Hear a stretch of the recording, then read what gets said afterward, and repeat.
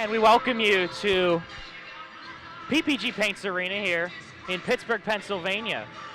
The Three Rivers Classic Championship between Union College and Brown University here on RMU Athletics, RMU Radio, and RMU TV. If you're just tuning in, we thank you so much for tuning in. We apologize a little bit of a delay because the last game just ended late, so this game puck drop at 8:30, an opportunity already and almost a good shot from Chris Berger.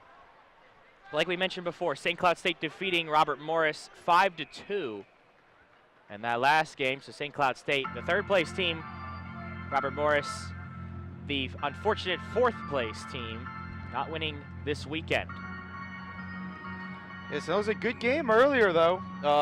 Robert Morris 2-2 against St. Cloud State early into that third period. Number one team in the country. Obviously, they struggled against Union last night. They lost 7-2, and they struggled a bit against Robert Morris before they pulled away 5-2 in the end. Face-off covered up, puck covered up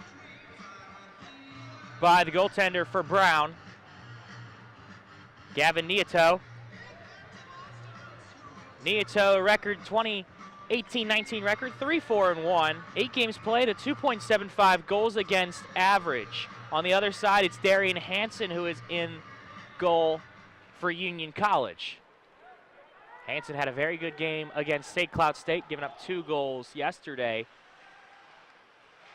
Brown gave up 4 goals to Robert Morris in their 7-4 victory over the Colonials. Both these teams scored 7 goals in their first round, semifinal game yesterday. And so, Logan, we were talking before in the pregame, I think we expect the same offense from both of these teams. Yeah, these are two very, very good teams.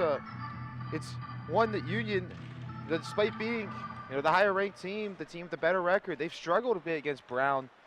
The losing record career-wise, or between the two programs, all-time losing records.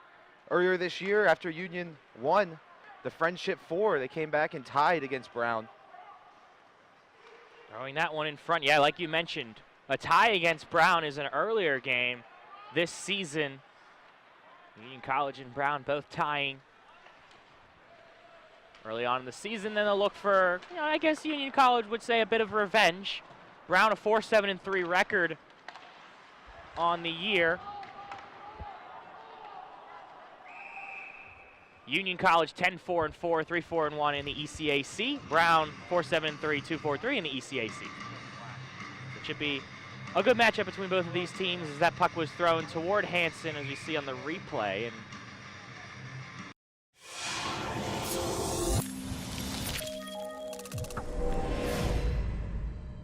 Taylor Lord will serve for Robert Morris. Lord sends it over. It's passed up to the outside for number 17. That one dug up by Taylor Lord. Matty Tyus is the one on that one. Off of the block to the back row. Cannon is there for it. The second ball will be taken by Yurkovich. Liz Campbell will take the third ball, and that one dug up as well by Adams. Into the middle, and Lord is there for it. To the outside, Londot has to react to it, just touching it over. Trying to push it back over, but good coverage by Yurkovich. Into the middle, off the block, Adams is there for it. To the outside for Tyus, and blocked down by Robert Morris. Campbell and Granger were both there, and it's 11-8, and I'm out of breath. Granger serves again. This one will be another ace for Emma Granger. Back-to-back aces, and we're tied back up at 12.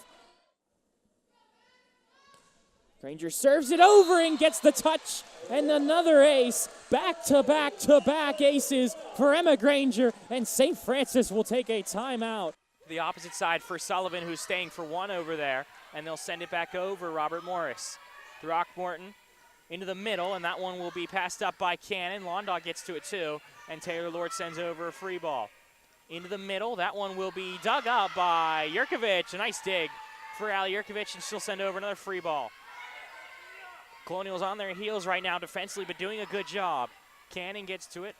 Londot will take, or excuse me, Yurkovich taking the second one. Campbell, that one blocked away. Yurkovich is there for the second one off the block. Londot off the block and passed up by Young. To the outside for Sullivan, and Yurkovich is there for it. Cannon, that one not into the air, and a point for FDU. Some long rallies between both of these teams early. Sent over and passed up again by the libero, but nobody's able to get to it. It's an ace for Whitney Brown. Erica Wilt serving for Robert Morris into the middle. That one is dug up by Wilt. An impressive dig from her. Lord, that one inside the lines. A point for Robert Morris. Beautiful play from Erica Wilt, and another one from Taylor Lord. And the Colonials up 23-18 in the first set. It's sent over, passed up by Lord, but Devlin will have to get to it. Lord will just roll it over. Nice coverage there, but tight over. Trying to keep it alive is FDU. They're not able to, and it's a point for Robert Morris. They win the first set, 25-21. Middle Mass's jump serve. That one passed up by Londot. To the outside for Taylor Lord off of the block. Munden keeps that one alive. They go to the back row for Nellis. Nellis rolling that one over. Jurkovic gets to it. Tight in the net. One-handed set and a point for Robert Morris. Alfano with a nice kill, and the Colonials tie it back up at 8. Let's see if they try and go back to her. They go to Jurkovic this time. Jurkovic, that one spinning away from her, and it's another ace for Alex Polk. Back-to-back aces, and we're tied up at 12. We saw her with an ace earlier in this set. That one passed up by Jurkovic on the serve. To Campbell on the opposite side, and a nice placement there, and a point for Robert Morris. It's served by Middle Mass. Jurkovic is there for it. To the outside for Lord, off of the block, and a nice block, though, by number 3 and number 9 for Sacred Heart. That's Sizik, and Kylie Ridgway. And a point for Sacred Heart. They take the set 25-17. Allison Londot serves. That one off the top of the tape. But Sacred Heart playing it in the middle and blocked down by Granger. Solo block for Emma Granger. Senior day for 2 years for Robert Morris. They have no juniors on their roster. Passed up. That one will be to the opposite side for number 30, Merowinski, and Emma Granger digging that one up. Whitney Brown over to Lord. Lord off the block, and it's a point for Robert Morris. Good hit by Lord. Granger serve. That one passed up by Smallcomb. Into the middle, pushed over. Taylor Lord is there for it. To the opposite for Devlin off the block. Whitney Brown takes the first ball. Erica Wilt will take the second. And over to Lord. Lord, that one off of Nellis. Sizik will keep it alive. They go back to Nellis. Nellis rolling it over. Emma Granger is there for it. To the outside for Taylor Lord off the block. Granger on the block coverage. Back over to Taylor Lord. And that one is a touch call and a point, Robert Morris. Credit to Erica Wilt and Taylor Lord for the bump set spike. 3 in a row during that volley. And a timeout taken by Sacred Heart.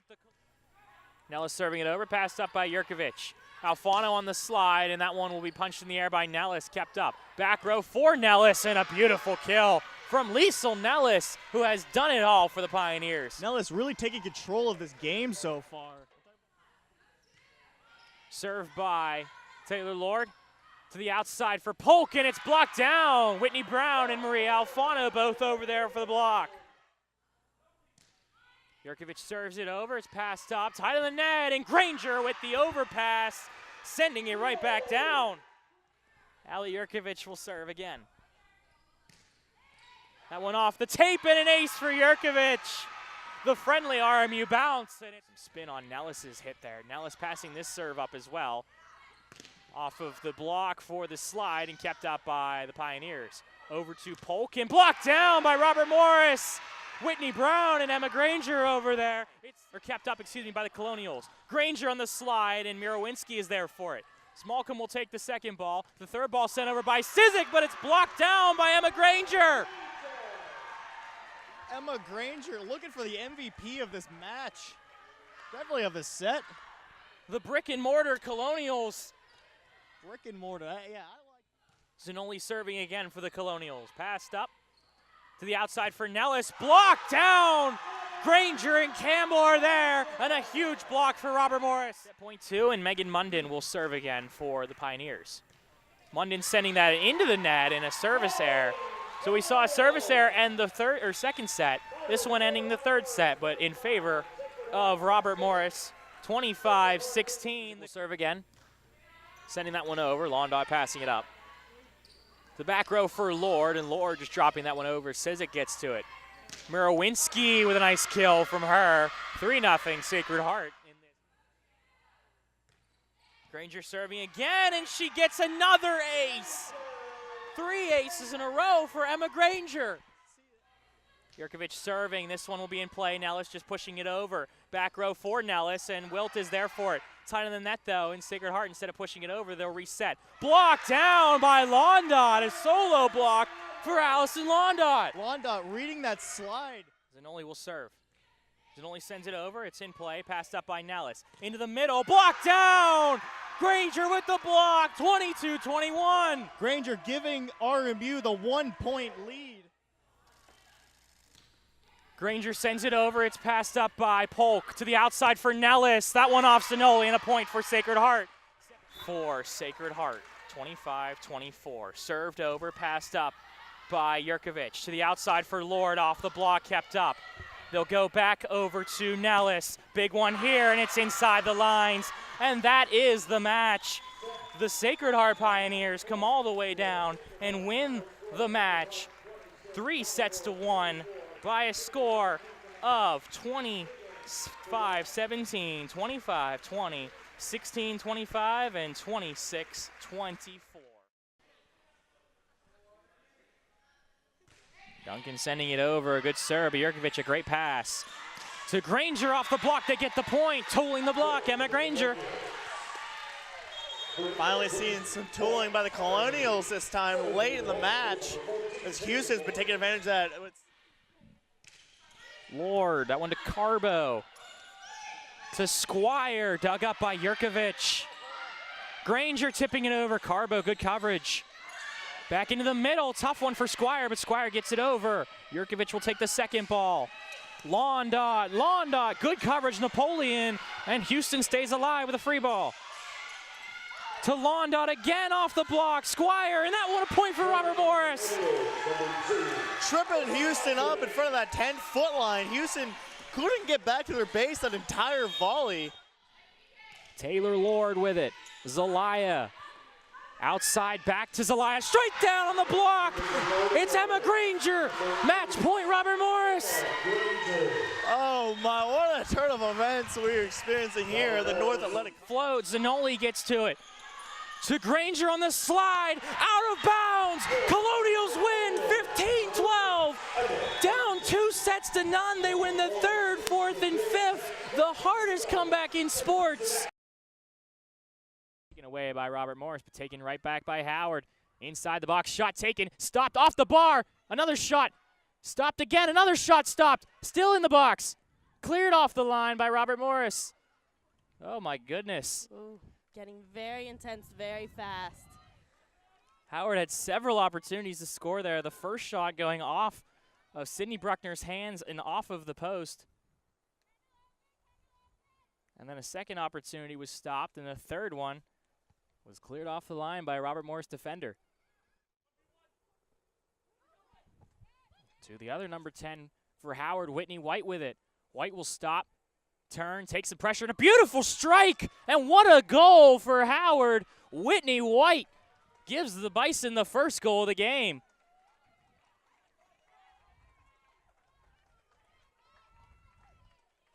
White doing a good job stopping, turning, and then cutting back. And she put that one into the side of the net. A beautiful goal for Howard. Lekpervik sending into the box. Schlessel will head it. Pierce getting a foot on it and sending it forward. Zach Sherman trying to run it down. Sherman's got some speed. He's got onto the ball. Sherman taking the shot and scoring. It's Zach Sherman who gets to the ball first, gets it past the goalkeeper Lubia, and it's 1-0 Robert Morris. For Asumin throwing it in. Final minute of play here on NECFrontRow.com. The Terriers trying to tie it up. The Colonials doing everything they can to hold them off the scoring sheet. That one to Fondy, and Fondy will come up and collect it. Remedi will take the corner kick. The final 10 seconds. Between Robert Morris and St. Francis Brooklyn, sent into the box. Off of a player and out of play, and it will go all the way back, and that will be the match. Robert Morris with a clean sheet. It's a goal from Zach Sherman, and the Colonials win their second game in Northeast Conference play. They move to 2-1 in the NEC. The Terriers drop to 1-2 off of the goal from Zach Sherman to give a 1-0 victory for Robert Morris. Taylor touching it, taking it forward, going around a player F saying play on. Taylor making a move, cutting, shot taken, what a goal! Jordan Taylor from outside the box gives the Bison the lead. What a strike from Jordan Taylor. Both of our goals have been impressive strikes. And the Bison retake the lead again here in the second half. On 3rd down and 10. 43 seconds, they will give it to Saffold. Saffold will need a block, and he will get one, but he's going to have to try and go forward, breaking the tackle and getting the first down and more. Colonial's not able to tackle Saffold, and he gets out of bounds with 34 seconds remaining in the half. That is just what the doctor ordered for Central State, Spencer. A big run there and getting out of bounds. Not much more you could ask for there. Is with 34 seconds left, the Marauders are approaching Colonial territory here, and one more big play like that and they're back in business. Central State, 1st down and 10 on the 48-yard line, still in their own territory. Mays in the shotgun, looks to his right, throws, he's got a man, and that one will be caught by number 3. It's Greenhow, and Greenhow will go down into the end zone. Touchdown, Central State. What a catch by Greenhow. A fantastic catch there, Spencer. And the guys in the Central State box next to us are going absolutely crazy, and they have every right to, reaching up with one hand, tipping it back to himself. And Spencer, we have ourselves a ball game here. Is Central State able to grab a huge touchdown at the end of the half here on a big pass play? And Spencer, if I am correct, they also get the ball back at the beginning of the second half. And as you can see here, great play by Greenhow there. Greenhow's able to touch it himself and collect it back into his arms, and he will just run down the sidelines. Nobody able to get to him. The coverage on the secondary help was running up forward trying to get a hand on it, but instead it's just out of his reach. Greenhow was able to tip it to himself and move forward. And like you had said before, Mike, just what the doctor ordered for Central State, they're now back in this game. And they're getting the ball back at the end of halftime. And an interesting point that you touched upon there, Spencer, was the Colonial defender playing the ball, not the body. If he plays the body there, he can make the tackle easily, run some more time off the clock, or completely break up the play. But instead he decides to go after the ball, unable to make the tackle, unable to make the play, and Greenhow makes the spectacular grab for the touchdown, capping up a 9-play, 37-yard drive in 2 minutes and 44 seconds, or I'm sorry, a 4-play, 73-yard drive that took up 55 seconds of time, capped off by Greenhow's 52-yard one-handed reception. And Spencer, while they were in there celebrating in the box next to us, I saw several of the people in there taking out their phones and filming the TV, trying to get that play to keep and cherish. And I don't blame them. There was a great catch. The extra point was actually no good, so right now it's still 28-19. And it will be a kickoff for Teal again. Teal will just squib it down the field with 25 seconds. The ball still bouncing around. Is it covered by Central State? It might be. It is! It is. Oh my, Spencer. And the box next to us is going insane again as a simple squib kick by the Marauders is recovered. We have a Colonial down on the field, but that ball, nobody on the Colonials team, kick return team, could get it. And special teams coming up clutch again. And with 20 seconds left in the half, Spencer, Central State is in prime position again to get another touchdown, perhaps a field goal.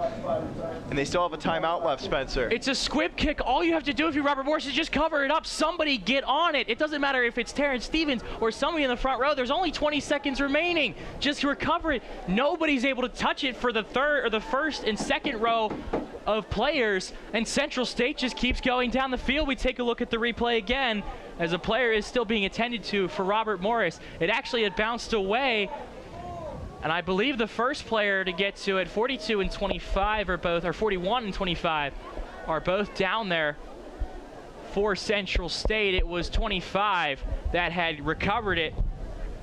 That's Brandon Stevenson. Spencer, you said it a couple minutes ago. This game has had a little bit of everything in it, and we have some more.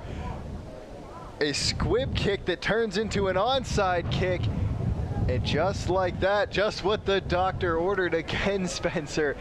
as unfortunately we have a Colonial down. Finally getting back to his feet for RMU is number 37, I believe. Devon Dickerson for the Colonials, the freshman from Elkins Park, PA. But once again, great field position here. Not a whole lot of time left for Central State, but another score here, and they get the ball back at halftime, and the Marauders are sitting in good position here. Dickerson had been holding his foot, and so they're also looking at him as he's slow to get off the field. So let's bring it back. 20 seconds remaining.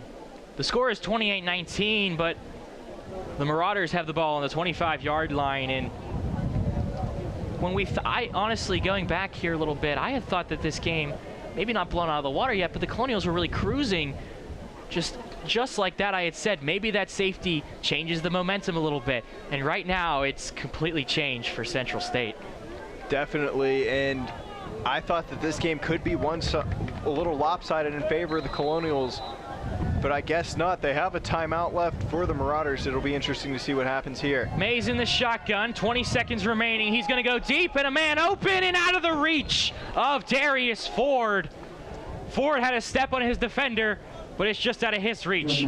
We've seen Darius Ford have several plays just out of his reach. That was a close one, Spencer, and wow, just like that, we could have had another Central State touchdown as he was open. Mays unable to make the throw out of the outstretched reach of Mays. A perfect pass is an untouched touchdown for Central State, but instead it'll be 2nd down and 10 with 15 seconds remaining. Central State still has a timeout.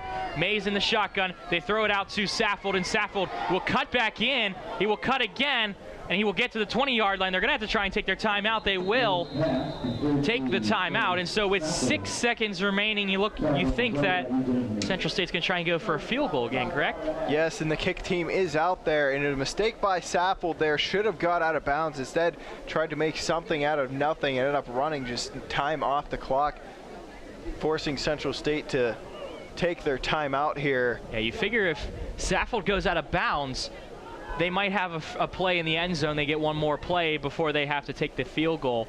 And of course, being 3rd down and 6 now.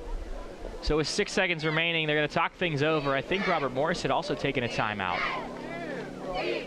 It's going to be interesting to see what's going to happen here. We've seen some trickery from the Marauders so far in this one. Of course, they missed the last extra point, so you never know with the confidence in the kicker here.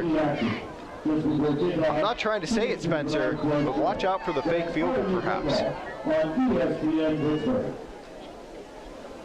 My apologies. The extra point was good from Teal, and so Teal had a point. He had a kick blocked earlier in the game. The last time they took the field goal, it was blocked. It will be placed at the 21-yard line for Central State. Wind could play a bit of a factor. It's blowing against Teal, so that's something to look at as well. On the left hash, the holder will be Trent Mays. So a different holder this time for Central State. Teal will line up. It's a high snap, but it is sent in and is short of the field goal. I don't know if it got tipped or not, but regardless, it's short. And so that will be the end of the half, and what a way to end this half between Robert Morris and Central State. It's been a wild one so far, Spencer, and I'm thrilled to see what the rest of this game has in store for us. And the Colonial Game Day guys back in the studio will be covering that for us here shortly. So we will send it over to the Game Day studio. They'll talk everything about this first half. It's been a wild one and an eventful one. 28-19 Robert Morris at halftime here on the Colonial Sports Network.